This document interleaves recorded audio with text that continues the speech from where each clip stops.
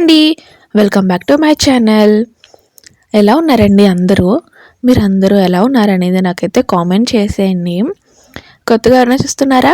అయితే లైక్ చేసి సబ్స్క్రైబ్ చేసుకోవడం మర్చిపోకండి. ఇంకా వీడియోని చూడడం స్టార్ట్ చేసేయండి.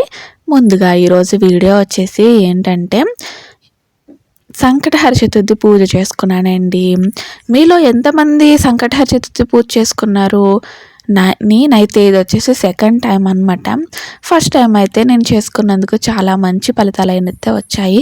అందుకని సెకండ్ టైం కూడా చేసేసుకుంటున్నాను.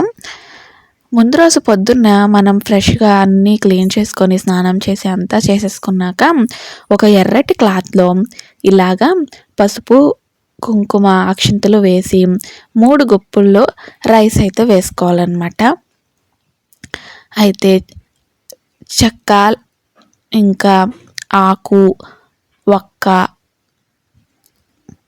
ఇలాగా 11 రూపాయలు పువ్వులు ఇంకా ఇలాగ ముడుపు అనేది కట్టుకోవాలన్నమాట. ఇలాగ ముడుపు కట్టుకొని మనకేమైనా కోరిక ఉంటే కోరుకుంటే ఆ వినాయకుడు ఎంతో మంచిగా కోరిక అనేది తీరుస్తాడండి. ఒకసారి మీరు ట్రై చేయండి. పొద్దున్న మనం ఈ విధంగా పూజ అనేది చేసుకోవాలన్నమాట. నార్మల్గా మనం పూజ ఎలా చేసుకుంటామో అలా చేసుకొని ఆ ముడుపు అనేది స్వామివారి దగ్గర పెట్టాలి. వినాయకుడి దగ్గర పెట్టి మన కోరిక అనేది కోరుకోవాలన్నమాట. చాలా మంచి ఫలితాలు ఇంకా రిజల్ట్ అయితే చాలా బాగుంటుందండి. ఒకవేళ ఎవరైనా ట్రై చేయకపోతే ఖచ్చితంగా ట్రై చేయండి.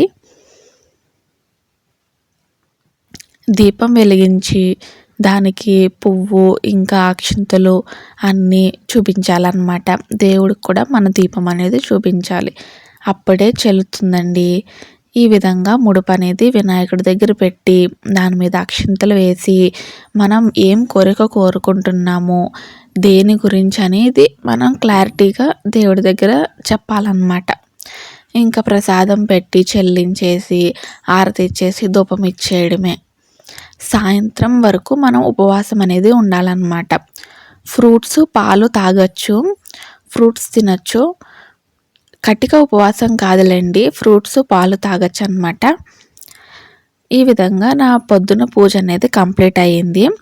ఇంకా పూజ తర్వాత టిఫిన్ క్యారేజ్ ప్యాకింగ్ ఇవన్నీ ఉంటాయి కదా. ఈరోజు టిఫిన్ వచ్చేసి ఉప్మా చేసుకున్నాము. ఇంకా క్యారేజ్లోకి వచ్చేసి బెండకాయ ఫ్రై, రసము, రైస్ ఇవన్నీ పెట్టేసాము. మా పాప క్యారేజ్ అయితే ఈరోజు ఫ్రూట్స్ అయితే పెట్టేసాను. తను అయితే స్కూల్కి అయితే వెళ్ళిపోతుంది. ఇంకా ఆమెను స్కూల్ నుంచి తీసుకొచ్చాక ఉపవాసం కదండి, కొంచెం నీరసంగా ఉంటుంది. కాసేపు అలాగా పడుకోకూడదు కదా, అలా ఫోన్ చూసుకుంటూ కూర్చున్నాను. ఇంకా ఈవినింగ్ వచ్చేసాక కుడుములు చేయాలి కదా, దానికైతే రైస్ అయితే ఎండబోస్తున్నాను అనమాట. ఒక 5 మినిట్స్ ముందు కడుక్కొని పెట్టుకొని ఒక 1 అవర్ వరకు మనము పైన మేడ మీద ఇట్లా ఎండ వస్తుంది కదండి, అక్కడ పెట్టుకుంటే చాలన్నమాట. మాకైతే లైట్గానే ఎండ ఉంది. ఇంకా అలాగా కొంచెం తడి తగ్గితే చాలన్నమాట. తడి బియ్యం కాకుండా కొంచెం పొడిగా అయితే చాలు. ఒకసారి కడిగేసుకొని అవైతే మిక్సీ పట్టేసుకోవాలి. ఇంకా ఇవైతే ఆరిపోయాయండి. ఈ విధంగా డ్రైగా అయిపోవాలి. ఇంకా ఇప్పుడైతే మిక్సీ పట్టేసుకోవాలి. బరకగా పట్టుకోవాలన్నమాట. అంటే తెల్లనూక ఉప్మా చేసుకుంటాం కదండి మనము, అదే అనమాట. ఇంక ఇది వచ్చేసి సపరేట్ చేసుకోవాలన్నమాట, జల్లించాలి. ఇంకా ప్యాన్ పెట్టుకొని ఆయిల్ వేసుకొని జీలకర్ర ఇంకా పచ్చిశనగపప్పు ఉంటుంది కదా, అది వేసుకొని బాగా ఫ్రై చేసుకోవాలి. అవి అనేవి కొంచెం కలర్ చేంజ్ అయ్యేదాకా మనం ఏమీ చేయకూడదండి, కింద తయారు చేసుకోవాలి. ఇంక ఇది వచ్చేసి దీంట్లో అయితే కొంచెమే రైస్ వేసుకొని చేసుకుంటున్నానండి, మిగిలిన తర్వాత చేసుకుందామని. ఇంకా దీంట్లోకి నీళ్ళు వేసేసి ఇలాగ తెరలు కాగేటప్పుడు అయితే మనం నూకైతే వేసుకోవాలి. ఉప్పు కూడా ముందే వేసేసుకోవాలండి.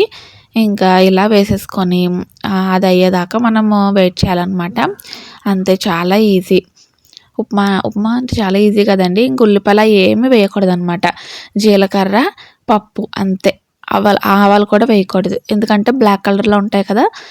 చాలా మందికి సెంటిమెంట్ ఉంటుంది కాబట్టి బ్లాక్ అంటే వేసుకోకూడదు కదా, అందుకని వేసుకోలేదన్నమాట.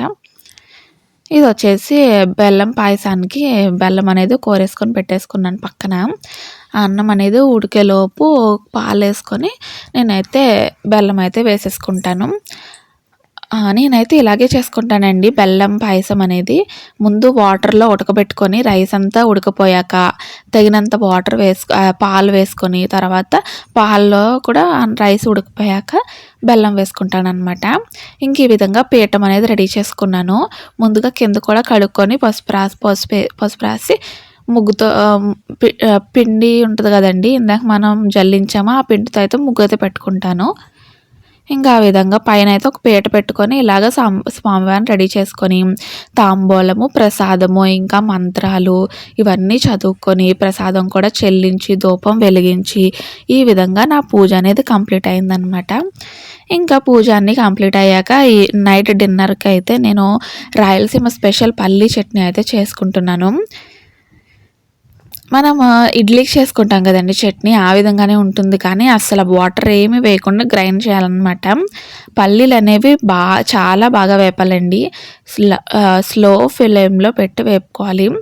దీంట్లో ఇంకా ఉల్లిపాయలు, వెల్లుల్లి వేసుకుంటే ఇంకా టేస్ట్ బాగుంటుంది.